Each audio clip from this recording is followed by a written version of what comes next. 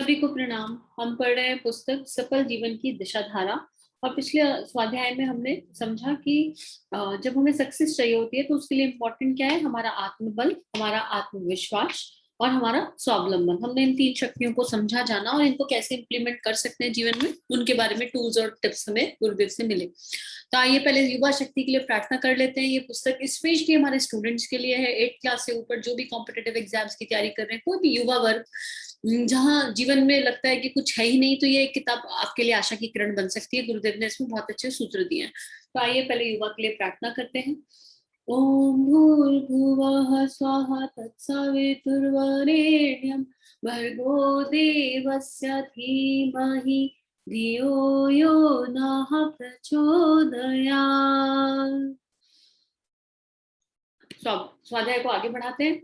अब हमें समझाया जा रहा है, हमने जो है स्टेप्स तो समझ लिए कि हमें, अगर हमें अंदर क्या क्या पावर्स चाहिए, अगर हमें सक्सेस करना है तो हमारी क्वालिटीज क्या होनी चाहिए, गुण क्या होने चाहिए। अब उसके स्टेप क्या है, वो गुण आने के लिए मुझे चाहिए क्या, मुझे आत्मविश्वास बढ़ाना है, आत्मबल बढ़ाना है, लेकिन क्या है वो 4 स्टेप। तो वो जो 4 स्टेप है वो है ईमानदारी, समझदारी, ईमानदारी, बहादुरी और जिम्मेदारी। हाँ, आप ये वाली स्लाइड देखिए, समझदारी, ईमानदारी, जिम्मेदारी और बहादुरी। अब इसके बारे में गुरुदेव क्या लिख रहे हैं, ये क्या है, ये विभूतियां हैं। विभूतियां क्या होती हैं, एक तरह का मिरेकल होती है जो भीतर से प्रकाशित हो जाती है। और ये विभूतियां मिलती कैसे हैं, मेहनत करने से मिलती है। तो मेहनत क्या हम अब कम कर रहे हैं जीवन में, लेकिन अभी जो हम मेहनत कर रहे हैं वो बाहर की तरफ जा रही है। बस ये मेहनत की जो दिशा है ये भीतर की ओर हो जाए तो जो है ये विभूतियां जागृत हो जाएंगी। ये मेरे भीतर ही तो छुपा हुआ खजाना है और इसको निकालना है। तो इसको पढ़ते हैं। समझदारी, जिम्मेदारी, ईमानदारी, बहादुरी, ये 4 विभूतियां हैं जिनका सदुपयोग, सुनियोजन हर व्यक्ति प्रगति की दिशा में आगे बढ़ सकता है।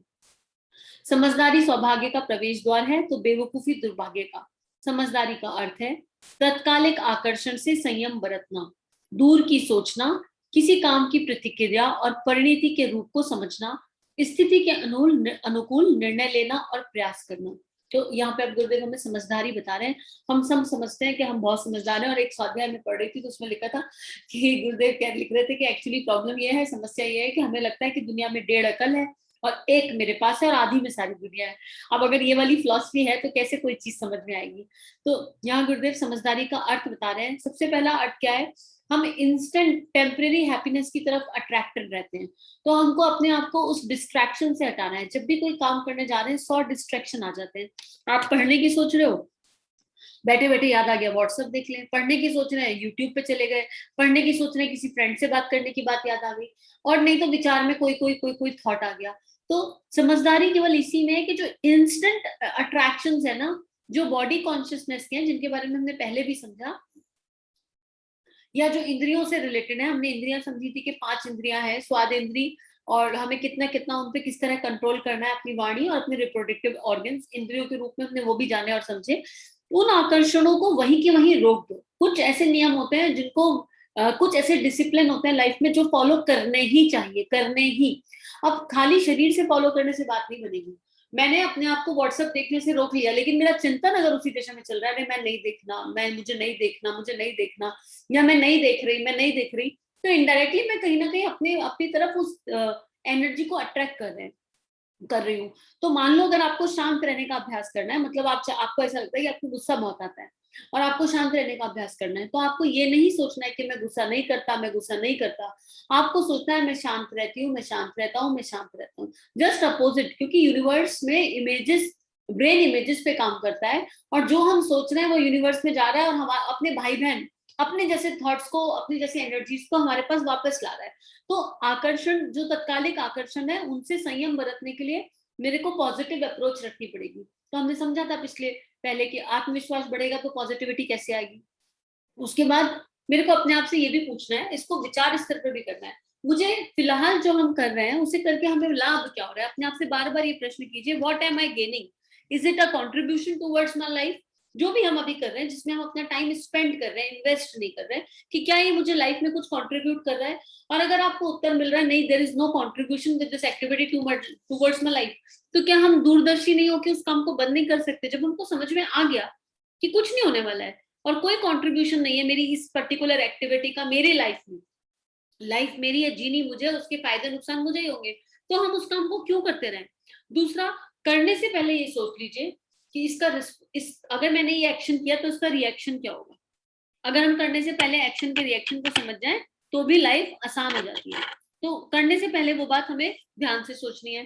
दूसरा, प्लानिंग, प्रॉपर प्लानिंग, परिणति के रूप को समझना कि, और जरूरी नहीं है जो आपने प्लानिंग करी हो वही इंप्लीमेंट हो।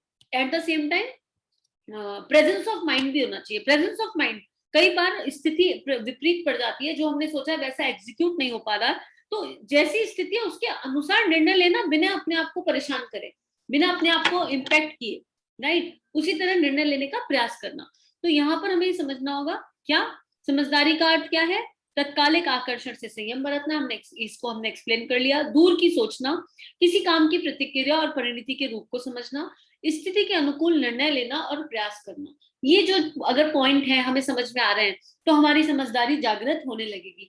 समझदारी मतलब समझ मतलब साधना, मतलब हर पर अवेयर रहना कि मन में कौन कौन से थॉट आ रहे हैं। इतने सारे थॉट्स मन में रेडिएट करते हैं, कौन कौन से थॉट मन में रेडिएट कर रहे हैं उनको समझ पाना, उनको जान पाना, और फिर जो अनावश्यक थॉट है उनको आउट कर देना। बोलो भाई आपकी जगह नहीं है, आप जाइए यहाँ से, भाई साहब थैंक यू सो मच, आप आ गए और हमको पता चल गया कि हमको आपकी आवश्यकता नहीं है, तो प्लीज आप वापस यूनिवर्स में चले जाइए।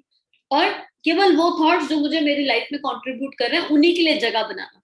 उसके बाद अगर हम समझदारी से काम नहीं लेंगे तो क्या क्या होगा, हमें ये भी सोच लेना चाहिए। इसके विपरीत समझदारी से काम न लेने वाले व्यक्ति तत्काल के लाभ को देखते हैं और सोचते हैं कि भविष्य में इससे परिणाम, और सोचते ही नहीं कि भविष्य में इससे क्या परिणाम होगा।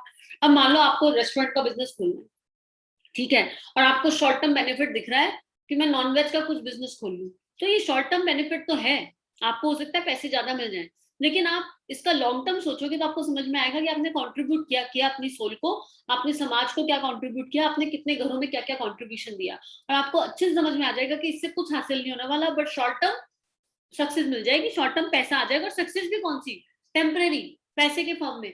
तो इस तरह का पैसा आया हुआ, अगर मैं नॉनवेज की दुकान रेस्टोरेंट खोल के उसमें नॉनवेज रखना चाह रहा हूँ तो इस तरह का, ठीक है कलयुग है, मैक्सिमम लोग नॉनवेज की तरफ जा रहे हैं, लेकिन अगर हम उसके विज्ञान को, उसकी साइंस को समझ लें, अगर हम एनर्जी को समझ लें, तो हमारा दिमाग उस तरफ जाएगा ही नहीं, हम इसको जाने से पहले रोक देंगे कि ये नहीं खाना चाहिए। क्यों? सिंपल सी बात है, वो पेन रेडिएट करता है। हम किसी प्राणी को मारकर खा रहे हैं ना, तो हम उस तरह के बने, ना हमारे दांत उस तरह के हैं, भगवान ने हमको जो बनाया है किसी कारण से बनाया है, राइट, तो हमारा कोई अधिकार नहीं है, जहां हम प्राण दे, किसी को हम जीवन दान दे नहीं सकते तो किसी का जीवन ले क्यों रहे हैं, अपने आप से बस यही प्रश्न करना है। और उसके बाद फिर कंट्रीब्यूट कर रहे हैं, इतने सारे लोगों को आकर्षित कर रहे हैं वो खाने के लिए एक रेस्टोरेंट खोल के, तो ये समझदारी का निर्णय नहीं होगा। लेकिन लॉन्ग टर्म हमें सोचना पड़ेगा कि इसका परिणाम क्या होगा। फिर हम समष्टि में जब प्रॉब्लम्स आती है ना, हम उसका हिस्सा बन जाएंगे, जैसे नेचुरल कैलेबिलिटी का हिस्सा ऐसे लोग बन जाते हैं कई बार। हमेशा ऐसा ही हो जरूरी नहीं है, पर एक प्रोबेबिलिटी की बात यहाँ पर की जा रही है। अब जब उनकी जल्दबाजी अदूरदर्शिता का परिणाम सामने आता है तो उन्हें दुखी दुख सहन करना पड़ता है। ना समझी जीवन के अनेक क्षेत्रों में देखी जा सकती है। जैसे मछली थोड़े से आटे के लिए प्राण गंवा देती है, वैसे ही नासमझ व्यक्ति थोड़े से प्रलोभन में अपना अमूल्य जीवन नष्ट कर देते हैं। इसको और क्लोजली देखना हो तो हमें अच्छे से पता है, मान लो खाने पीने की हैबिट्स हैं, कोई पर्टिकुलर हैबिट है जो मुझे पता है मेरे लिए अच्छी नहीं है, लेकिन मन बार बार वहां शॉर्ट टर्म हैप्पीनेस ढूंढ रहा है। इसको खा के क्या होगा, जीभ को स्वाद मिल जाएगा, और उससे क्या होने वाला है, जीभ को स्वाद मिल गया, खत्म, पेट में जाके क्या होगा, पेट में जाके नुकसान कर रहे हैं। फिर ऐसे आहार को क्या खाने का क्या फायदा जो केवल कुछ क्षण की हैप्पीनेस दे रहा हो और अमूल्य जीवन को नष्ट कराई थी। इतना इंपॉर्टेंट है ह्यूमन लाइफ, और हमें मिला है तो हम ब्लेस्ड है कि हमें ह्यूमन लाइफ मिला है, तो हम इस ह्यूमन लाइफ को अच्छे से जी पाए, इसको समझ पाए, उसके लिए हमको समझदारी की बहुत आवश्यकता है। और समझदारी का इतना मतलब ही है अपने समय का, अपने विचारों का नियोजन करना और उचित समय पर उचित निर्णय लेना, सोच समझ के कि हम क्या करने जा रहे हैं, हम क्यों कर रहे हैं, और इसका कंट्रीब्यूशन मेरी लाइफ में, मेरे परिवार की लाइफ में और समाज की लाइफ में क्या है, बड़े स्केल पर उसको समझकर फिर दूरदर्शिता के साथ निर्णय लेने की शक्ति को समझदारी कहते हैं।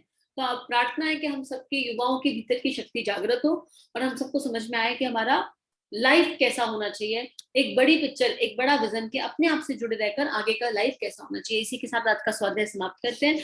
अगर आपको ये स्वाध्याय अच्छा लगा तो इसको अपने युवा साथियों तक, अपने युवा फ्रेंड्स तक, भाई बहनों तक जरूर पहुंचाइए। आपको जहां लगता है कि ये किताब उनकी लाइफ में कुछ कंट्रीब्यूट कर सकती है। सभी को थैंक यू।